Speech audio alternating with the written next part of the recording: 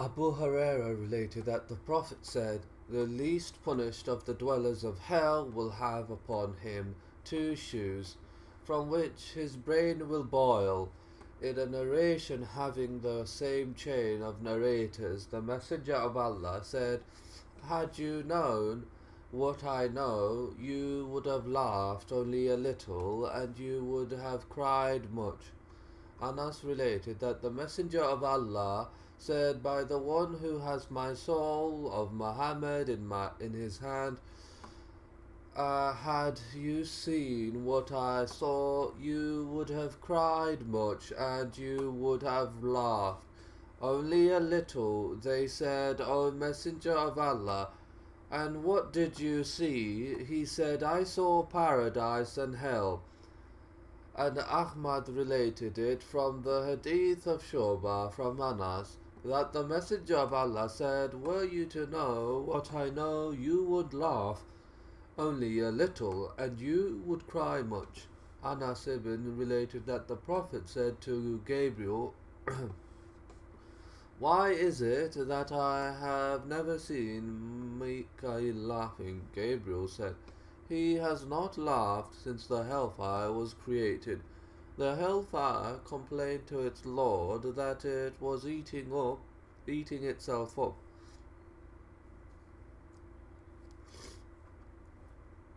Related that the Prophet said, "The Hellfire complained to its Lord, saying, 'My Lord, part of me has eaten other parts of me, so give me breath or ventilation.'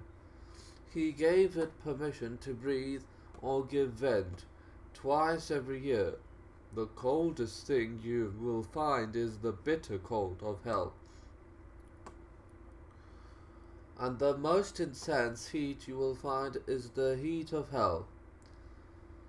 And Muslim related it from the hadith of Az-Zuhri, "The severe heat of hell is hotter than all else." Abu related that the Prophet said, "The hellfire complained to its Lord, saying, 'Part of me has eaten other part of me.'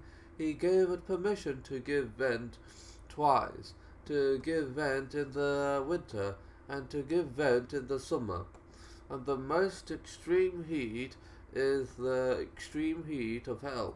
And with the same chain to the Messenger of Allah, he said, "If the heat becomes severe, then make yourself cold with the prayer. Delay the prayer until the temperature cools down, for severity of heat is from the severe heat of hell."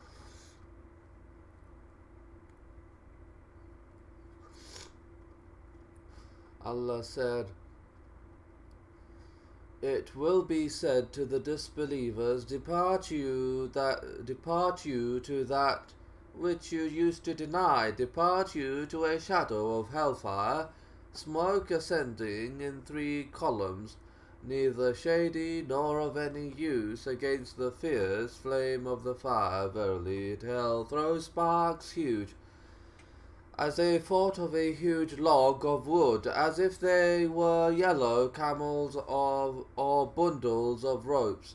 Woe that day to the deniers of the day of resurrection regarding the saying of Allah. Verily it hell throws sparks huge as Al-Qasr, a fort or a huge log of wood." Ibn Masud said, "It is not like trees and mountains, but rather it is like cities and fortresses." Related that the Prophet said, "If there were a spark in the east, the west would have felt its heat.